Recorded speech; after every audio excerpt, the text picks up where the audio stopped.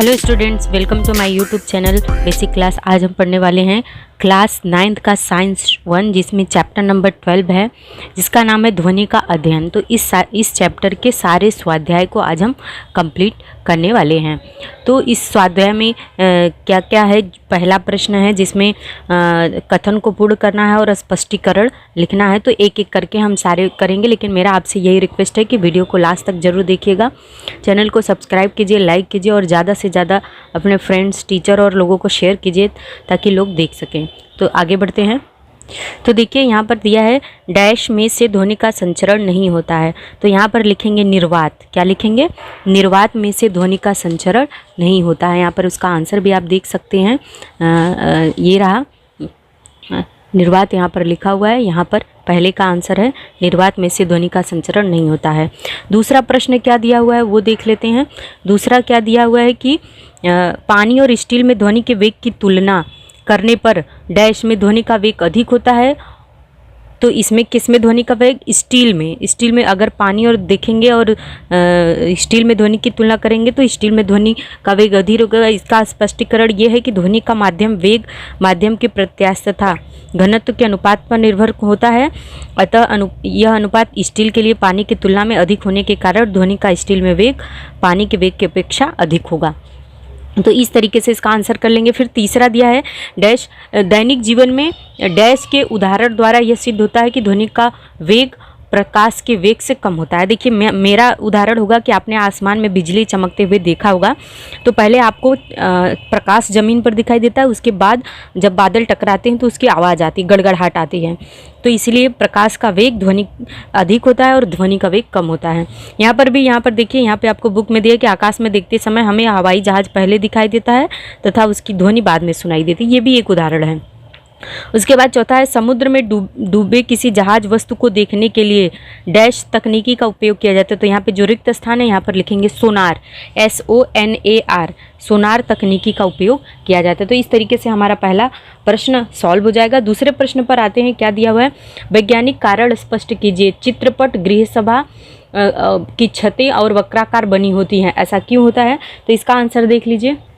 देखिए यहाँ पे चित्रपट सभागारों और सिनेमाघरों की छतें वक्राकार होती हैं क्योंकि ध्वनि के अनावश्यक अनुरण को दूर करने के लिए सभागारों तथा सिनेमाघरों की छतें वक्राकार बनाई जाती हैं। ऐसा न करने पर अनावश्यक अनुरण के कारण संगीत तथा भाषण अथवा वार्तालाप आदि की ध्वनि को स्पष्ट सुन पाना संभव नहीं होता है। उसके बाद इसी में दूसरा प्रश्न क्या दिया हुआ है कि बंद खाली में अनुरण की तीव्रता अधिक होती है, ऐसा क्यों है? वैज्ञानिक कारण लिखना है। तो यहाँ पर इसका भी आंसर है। यहाँ पे अगर आप नहीं लिख पा रहे हैं तो स्क्रीनशॉट लेकर इसको लिख लीजिए। देखिए, खाली बंद घर में ध्वनि का अवशोषण केवल जमीन, छत तथा दीवारों द्वारा होता है। ध्वनि का अवशोषण करने वाली अन्य वस्तुएं जैसे सोफा, कपाट, टेबल, कुर्सियाँ इत्यादि वस्तुओं के अभाव में ध्वनि का अवशोषण कम मात्रा में होता है। परिणाम स्वरूप ध्वनि का परावर्तन कई बार होने से अनुरण की तीव्रता बढ़ जाती है। उसके बाद तीसरा प्रश्न दिया है कि कक्षा में निर्मित होने वाली प्रतिध्वनि हम नहीं सुन सकते, ऐसा क्यों? ये वाला तीसरा वाला है।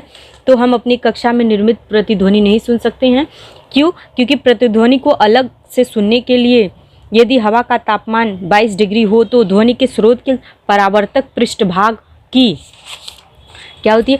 ये परावर्तक पृष्ठभाग की दूरी कम से कम 17.2 मीटर होनी चाहिए। अपनी कक्षा के कमरे क्या है कि दीवारों के बीच की दूरी तथा कमरे की छत की ऊंचाई 17.2 मीटर से कम होते ही इसलिए हम अपनी कक्षा के कमरों में निर्मित होने वाली ध्वनि नहीं सुन सकते हैं। तो ये वैज्ञानिक कारण वाला दूसरा प्रश्न कंप्लीट हो गया। तीसरे प्रश्न पर आते हैं। देखिए, नीचे दिए गए प्रश्नों के उत्तर अपने शब्दों में लिखिए। प्रतिध्वनि का क्या अर्थ है? प्रतिध्वनि सुनाई देने के लिए कौन कौन सी शर्तें आवश्यक है? तो चलिए इसका आंसर देख लेते हैं। तो इसका आंसर हमें जब लिखना होगा, यहाँ पे देखिए प्रश्न यहाँ पर दिया है और लिखा है कि 19 तथा 20 के उत्तर को देखें। तो हम 19 का उत्तर देख लेते हैं। ये परिभाषा है, पहले प्रतिध्वनि की परिभाषा लिख लेंगे। तो यहाँ पर किसी दूरस्थ पृष्ठभाग या सतह से परावर्तित होकर आने वाली ध्वनि की पुनरावृत्ति को मूल ध्वनि की प्रतिध्वनि कहते हैं। यहाँ पर देखिए 22 डिग्री सेल्सियस तापमान पर हवा में ध्वनि का वेग कितना होता है? तापमान में ध्वनि का वेग 344 मीटर पर सेकेंड होता है। एक बार सुनी गई ध्वनि की संवेदना अर्थात सातत्य हमारे मस्तिष्क में 0.1 सेकेंड तक बना रहता है। इतने समय में ध्वनि द्वारा तय की गई दूरी बराबर वेग गुणे समय 344 मीटर पर सेकेंड गुणे 0.1 सेकेंड, जिसका आंसर आएगा 34.4 मीटर। अतः ध्वनि के स्रोत तथा परावर्तक पृष्ठभाग अर्थात अवरोधक के बीच की दूरी होती है कितनी होनी चाहिए? यहाँ पर इसका आंसर 17.2 मीटर होनी चाहिए। तब हम क्या कर सकते हैं, अगर इतनी इसकी ये शर्त हो जाएगी कि अगर 17.2 मीटर है तो हम क्या कर सकते हैं, ध्वनि को सुन सकते हैं। तो ये हमारा जो है इस प्रश्न में हो जाएगा। उसके बाद तीसरे में आ करके जो प्रश्न दिया हुआ है कि बीजापुर के गोल गुंबद की रचना के बारे में अध्ययन कीजिए और वहाँ अनेक प्रतिध्वनि क्या है, अध्ययन कीजिए और अनेक प्रतिध्वनि सुनाई देने के कारण बताइए। तो चलिए इसका आंसर देख लेते हैं। तो देखिए ये प्रश्न का उत्तर जो है आप सर्च करके भी देख सकते हैं। मैं भी आपको बता देती हूँ कि जो विजयपुर का गोल गुंबद है उसकी संरचना इस तरीके से बनाई गई है दीवार की कि जहाँ पर ध्वनि की जो तरंगे होती हैं वो बार बार परावर्तन होकर ध्वनि की तरंगे एकत्र आकर हमें सतत अनुभव होने वाली ध्वनि निर्मित करती हैं। और जो है ऐसा होने के परिणाम स्वरूप जो ध्वनि के सातत्य का निर्माण होता है, मतलब ध्वनि के बाद बहुत देर तक बनी रहती है, ऐसी ध्वनि को अनुरण कहते हैं। और दो ध्वनि तरंगों के लगातार आगमन की समयावधि कम हो जाती है, परंतु परावर्तित ध्वनि एक दूसरे से मिश्रित होकर अस्पष्ट और बढ़ी हुई तीव्रता जिसकी इंटेंसिटी बढ़ जाती है कि ध्वनि कमरे में निर्मित होती है। कुछ सार्वजनिक भी जगहों पर भी ऐसा देखने को आपको मिलता है। तो ये कारण होता है कि जो विजयपुर का गोल गुंबद होगा वहाँ की प्रतिध्वनि हमें सुनाई देती है। वहाँ पर भी जो शर्तें हैं, जो नियम है, उस तरीके से हम कर सकते हैं। तो ये इसका आंसर इस तरीके से आप लिख सकते हैं। कुछ इससे मिलता जुलता रहेगा तो स्क्रीनशॉट लेकर इसको भी लिख सकते हैं हम। इसके बाद अगले प्रश्न पर आते हैं। प्रतिध्वनि का निर्माण न हो इसके लिए कक्षा में डायमेंशन की रचना कैसी होनी चाहिए? यहाँ पर देखिए, प्रतिध्वनि का निर्माण न हो इसके लिए कक्षा की मापे रचना कैसी होनी चाहिए, ये दिया हुआ है आपका जो है तीसरे प्रश्न का तीसरा वाला। तो देखिए यहाँ पर इसका आंसर भी दिया हुआ है कि प्रतिध्वनि का निर्माण न हो इसके लिए कक्षा की रचना इस प्रकार होनी चाहिए कि आमने सामने की दीवारें तथा छत तथा जमीन के बीच की दूरी 17 मीटर से कम हो। अगर ऐसा रहेगा तो ध्वनि का निर्माण नहीं होगा। उसके बाद चौथा प्रश्न भी आपको दिया है कि ध्वनि अवशोषक सामग्री का उपयोग किस स्थान पर और क्यों किया जाता है? तो इसका भी उत्तर देख लीजिए कि ध्वनि अवशोषक सामग्री का उपयोग सभागृह, चित्रपट गृह जैसे स्थानों पर किया जाता है। सभागृह, चित्रपट गृह में प्रतिध्वनि का निर्माण न हो इसके लिए ऐसा किया जाता है। तो ये सारे प्रश्नों का अगर आप नहीं लिख पाते हैं तो स्क्रीनशॉट लेकर भी इसका आंसर कर सकते हैं। इसके बाद यहाँ पर दिया है कि 0 डिग्री सेल्सियस पर ध्वनि का हवा में वेग 332 मीटर पर सेकंड है, उसमें प्रति अंश सेल्सियस 0.6 मीटर पर सेकंड की वृद्धि होती है। तो 344 मीटर पर सेकंड वेग के लिए ध्वनि का तापमान कितना रहेगा? तो इसको चलिए मैं सॉल्व करके आपको बता देती हूँ। चलिए तो इसको सॉल्व करते हैं। ये क्वेश्चन नंबर 5 का अ वाला प्रश्न है। इसका क्या होगा, यहाँ पर जो सवाल में दिया हुआ है वो पहले लिख लेते हैं कि 0 डिग्री सेल्सियस पर तापमान पर ध्वनि का हवा में वेग। तो जो चीज़ें हैं, तापमान में अंतर अधिक न होने पर, पहले लिख लेते हैं तापमान में अंतर अधिक न होने पर क्या होगा, यहाँ पर v का मान जो होगा वो t डिग्री सेल्सियस पर है, मतलब हमें पता नहीं है। वेग जो है वो t डिग्री सेल्सियस पर बराबर कितना है, 0 डिग्री सेल्सियस पर। एक बार v क्या है, t डिग्री सेल्सियस पर, और एक बार v का मान 0 डिग्री सेल्सियस पर है। प्लस कितना दिया है, जो सेकंड दिया है वो कितना है, 0.60, जो वृद्धि हो रही है 0.6 डिग्री टाइम जो है मीटर पर सेकेंड की वृद्धि में हो रही है। तो जहाँ पर क्या है, जहाँ पर v 0 डिग्री सेल्सियस पर बराबर v का मान कितना है, 332 मीटर पर सेकेंड है, और v का मान t डिग्री सेल्सियस पर कितना है, t डिग्री सेल्सियस पर 344 होना चाहिए, 344 मीटर पर सेकेंड है। ये तो प्रश्न में प्रश्नानुसार दिया हुआ है, ठीक है। अब हम सॉल्व करते हैं। इसलिए हम क्या करेंगे, यहाँ पर कैसे लिख लेंगे, इसलिए 344 बराबर 332 प्लस 0.6 टी, टी का मान हमें ज्ञात करना है। तो अब यहाँ पर इसलिए क्या हो जाएगा, 344 और 332 दिया हुआ है, तो इसलिए हो जाएगा 12 बराबर 0.6 टी। क्यों कि 300, हम इसको इस तरीके से भी यहाँ पर दिखा सकते हैं कि 344 में से हम 332 जब घटा देंगे तो बराबर कितना हो जाएगा, 0.6 टी है, तो 344 में से एक बजाएगा तो ये 12 बराबर 0.6 टी बचेगा। ये स्टेप यहाँ पर मैंने दिखाया है। इसके बाद अगर ये हो गया तो हमें तो टी का मान चाहिए, तो हम इसको लिख सकते हैं टी बराबर 12 बटे, ये पार्ट नीचे आ जाएगा, जब बराबर के इधर आएगा तो 0.6, तो इसका जब भाग करेंगे तो क्या होगा, यहाँ पे जब भाग करेंगे तो 20 डिग्री सेल्सियस होगा। तो हवा का तापमान जो है 20 डिग्री सेल्सियस होना चाहिए, ये इसका आंसर हो जाएगा। आप इसका स्क्रीनशॉट भी लेकर इसको सॉल्व कर सकते हैं। आगे देखिए दूसरा प्रश्न क्या दिया हुआ है। देखिए दिया हुआ है कि बिजली चमकने के 4 सेकंड के पश्चात नीता को बिजली की आवाज़ सुनाई दी, तो बिजली की नीता से कितनी दूरी पर है यदि ध्वनि का हवा में वेग 340 मीटर पर सेकेंड है। तो चलिए इसको सॉल्व करते हैं। इसमें प्रश्नानुसार क्या क्या दिया है वो देख लेते हैं, लिख लेते हैं पहले। प्रश्नानुसार क्या दिया हुआ है, t बराबर 4 सेकेंड, 4 सेकेंड टाइम दिया हुआ है, v का मान भी 340 मीटर पर सेकेंड दिया हुआ है। ठीक है, ये दोनों चीज़ हमें पता होगी। हमें पता है कि v जो प्रकाश में ध्वनि की चाल होती है, अरे प्रकाश की चाल होती है वो अधिक होती है ध्वनि की चाल से। ठीक है, ये हमें पता है, तो इसलिए s is equal to V T बराबर कितना हो जाएगा, 340 मीटर पर सेकेंड। v का मान हो गया और गुणे t का मान कितना है, 4 सेकेंड दिया हुआ है, v का मान ये दिया हुआ है, t का मान 4 सेकेंड दिया है, तो यहाँ पर गुणे 4 लिख लेंगे। तो यस बराबर 340 गुणे 4 करेंगे तो 4 शून्य 4 चौक का 16 की 6 हाथ में आए, 4 तियाँ 12, 1 13, 360 मीटर आएगा। ठीक है, यहाँ पर हो गया। तो बिजली नीता से 360 मीटर की दूरी पर चमकेगी, तो इसका आंसर लिख लेंगे। ये आंसर हो जाएगा जो प्रश्न में पूछा है कि बिजली नीता से कितनी दूरी पर चमकेगी, तो बिजली नीता से 1360 मीटर की दूरी पर चमकेगी, ये उत्तर लिख लेंगे, दूरी पर चमकेगी। ठीक है, ये हो गया। आगे बढ़ते हैं अगले प्रश्न पर।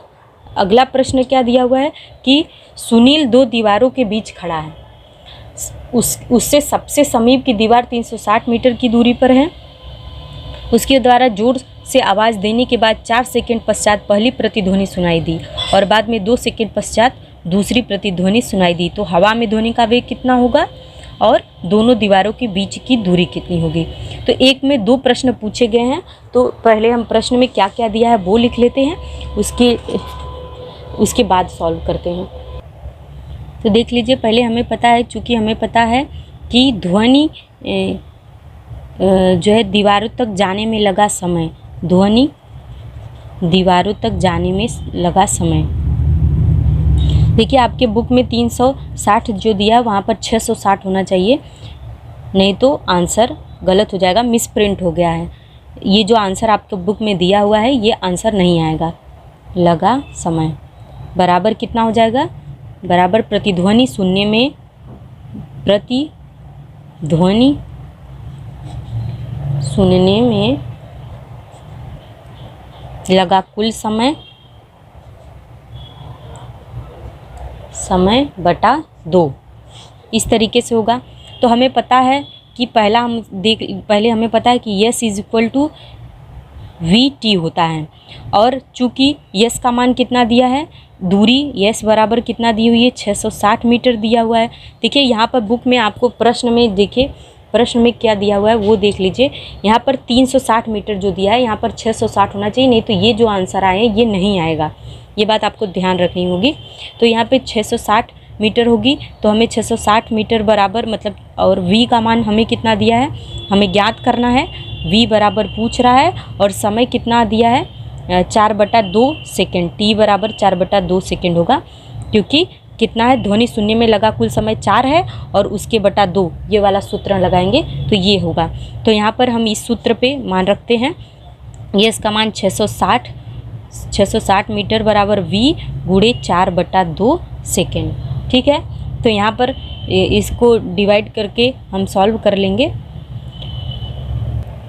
यहाँ पर 2 दूनी 4 हो जाएगा, यहाँ पर 2 बचा, तो 660 मीटर बराबर 2v होगा। तो v बराबर 660/2 मीटर पर सेकेंड हो जाएगा। ठीक है, तो यहाँ पर इसको जब काटेंगे तो 2 तिया 6, 2 तिया 6 0, तो v का मान कितना आएगा 330 मीटर पर सेकेंड आएगा। ये पहले प्रश्न का उत्तर हो जाएगा। अब ध्वनि का हवा में वेग, ये आंसर हो जाएगा। जो वेग है वेलोसिटी होगी, तो ये आंसर हो जाएगा ध्वनि का हवा में वेग, ध्वनि का हवा में वेग हो जाएगा। ठीक है, ये आंसर हो जाएगा। अब दूसरा इसी में क्या दिया हुआ है कि 2 दीवारों के बीच की दूरी कितनी है, तो हम इसको सॉल्व करेंगे ऐसे कि कैसे करेंगे। 2 दीवारों के बीच की दूरी, 2 दीवारों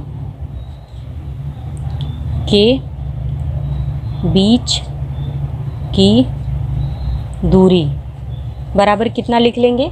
2 दीवारों के बीच की दूरी बराबर S1 प्लस S2 बराबर, ये डिस्टेंस 1 और दूसरा और तीसरा है, तो VT1 प्लस VT2 हो जाएगा।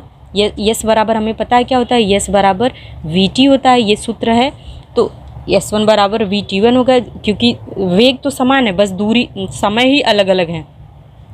तो V हम यहाँ पर V कॉमन ले लेंगे तो क्या हो जाएगा T1 प्लस T2 हो जाएगा। तो यहाँ पर V का मान हमें पता है कितना आया है।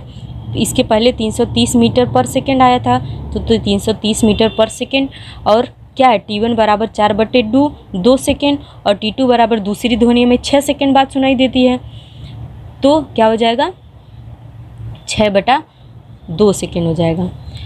4 पहली ध्वनि, तो बाद में 2 सेकेंड पश्चात दूसरी ध्वनि सुनाई देती है, तो यहाँ पे 6/2 हो जाएगा। तो यहाँ पे जब हम इसको सॉल्व करेंगे तो यहाँ पे 2 दूनी 4, अरे सॉरी जोड़ेंगे तो 6 4 10/2 हो जाएगा। तो यहाँ पे 330 ब्रैकेट में 6 4 क्या हो जाएगा 10/2, तो 2 कम 2, 2 पचे 10, मतलब कि 330 मीटर पर सेकेंड गुणे 5 हो जाएगा। ठीक है, तो 330 का 5 में जब गुणा करेंगे तो 5 तिया 15, 5 तिया 15 1 16, 1650 मीटर जो है दीवारों के बीच की दूरी है। ये आंसर आ जाएगा। यही आंसर आपके बुक में भी आया हुआ है, तो इस तरीके से इस प्रश्न को आप हल कर लेंगे। इसके बाद हम अगले प्रश्न पर आते हैं। यहाँ पर दिया है कि हाइड्रोजन गैस, क्या दिया, हाइड्रोजन गैस 2 समान बोतलों A और B में समान तापमान पर रखी गई है। बोतलों में हाइड्रोजन गैस का भार क्रमशः 12 ग्राम और 48 ग्राम है। किस बोतल में ध्वनि की गति अधिक होगी और कितने गुना होगी। तो देखिए, ये इसमें इस सवाल को हल करने के लिए जो फॉर्मूला लगेगा वो आपके बुक में तो नहीं दिया है, लेकिन फिर भी थोड़ा सा जो दिया है मैं बता देती हूँ। क्वेश्चन नंबर 5 का E वाला क्वेश्चन है ये। यहाँ पे V बराबर लगेगा ये वाला सूत्र, न्यू P/ρ बराबर, इसको और करेंगे तो एक और सूत्र दिया न्यू RT/m, जो स्थिर ताप पर होता है। स्थिर तापमान पर, स्थिर ताप पर P का मान ρ के बराबर होता है। क्यों, P बढ़ेगा, प्रेशर बढ़ेगा तो ये भी बढ़ेगा। तो ये गैस का द्रव्यमान जो बदलता है, तो मतलब जब गैस का द्रव्यमान बदलेगा तो न्यू R और T ये क्या होते हैं, स्थिर होंगे, क्योंकि पर ध्वनि का हवा में वेग नहीं बदलता है। ध्वनि का जो हवा में होता है वेग, वो कभी नहीं बदलता है। तो ये चीज़ लिख लेंगे। तो यहाँ पर बहुत सारी चीज़ें हैं, तो इससे ये स्पष्ट क्या होता है कि दोनों बोतलों में जो ध्वनि की गति होगी वो समान ही रहेगी, क्योंकि वो हवा नहीं है, वो गैस है। तो चाहे वो 48 ग्राम हो, चाहे वो 12 ग्राम हो, जब ये द्रव्यमान से इसका फ़र्क नहीं पड़ता है, तो दोनों ही बोतलों में आप लिख लेंगे, दोनों ही। यहाँ पर न्यू R और T क्या होता है, स्थिर होता है, स्थिर होता है। तो यहाँ पर होने पर ध्वनि का हवा में वेग नहीं बदलता है। तो यहाँ पर लिख लेंगे कि दोनों उदाहरण में, मतलब या दोनों गैसों में या दोनों बोतलों में अब बोतलों में लिख लेंगे, बोतलों। ध्वनि की गति समान रहेगी, ध्वनि की गति एक समान रहेगी। यही इसका उत्तर हो जाएगा। ठीक है, अगले प्रश्न पर, अगला प्रश्न और आखिरी प्रश्न दिया हुआ है कि 2 समान बोतलों में हीलियम गैस भरी गई, उसमें गैस का भार 10 ग्राम और 40 ग्राम है। यदि दोनों बोतलों में गैस की गति समान हो तो कौन सा निष्कर्ष प्राप्त करेंगे। तो यही सेम यहाँ पर भी होगा कि दोनों बोतलों में गैस का तापमान क्या होगा, समान होगा।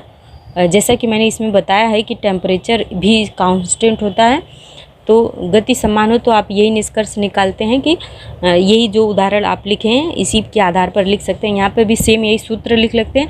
यहाँ पर न्यू मतलब क्या होता है, गैसों का रुद्धोष्म स्थिरांक होता है, चीज़ों को लिख लेंगे बस। न्यू इक्वल टू गैस का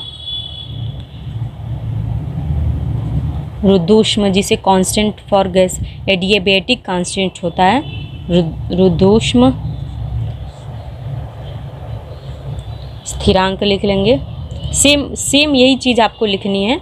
और उसके बाद यही चीज़ आपको जो रो होता है ये क्या होता है, गैस का घनत्व, गैस का घनत्व होता है। जो पी होता है वो गैस का दाब होता है। जो आर होता है, आर बराबर सर्वात्रिक गैस स्थिरांक, सर्वात्रिक गैस स्थिरांक होगा। एम जो होता है वो गैस का मोलर द्रव्यमान होता है, गैस का मोलर, इंग्लिश में बोलते हैं molar mass of the gas, द्रव्यमान। उसके बाद जो टी होता है वो गैस का निरपेक्ष तापमान होता है। टी बराबर गैस का निरपेक्ष, मतलब इसको क्या बोलते हैं, absolute temperature, absolute temperature of the gas, तापमान हो जाएगा। तो इस तरीके से सारी चीज़ें हो गई हैं। तो दोनों बोतलों में जो गैस का तापमान होगा तो लिख लेंगे दोनों बोतलों में गैस का तापमान समान रहेगा। दोनों बोतलों में गैस का तापमान समान रहेगा। इस तरीके से ये पूरा वीडियो कंप्लीट हो गया। तो पूरा वीडियो देखने के लिए बहुत बहुत धन्यवाद। मिलते हैं नेक्स्ट वीडियो में, मेरे साथ बने रहिए। आपका दिन शुभ हो।